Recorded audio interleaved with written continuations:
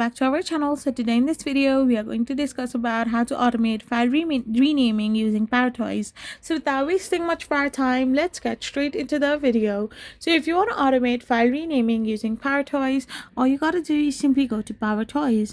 Once you're in your PowerToys, you need to simply tap open your account.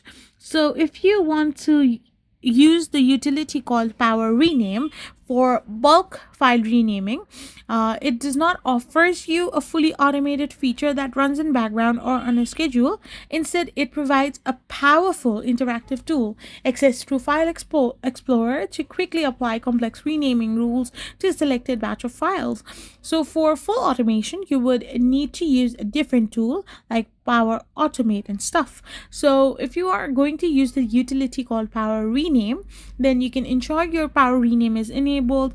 You can select the files, open the Power Rename, configure your renaming options like search for or replace with, and use your regular expressions. You can enumerate items and preview the window and simply apply the changes.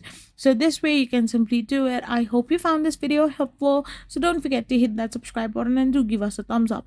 We will be back again with more informative videos. Thank you for watching and stay tuned for our next video.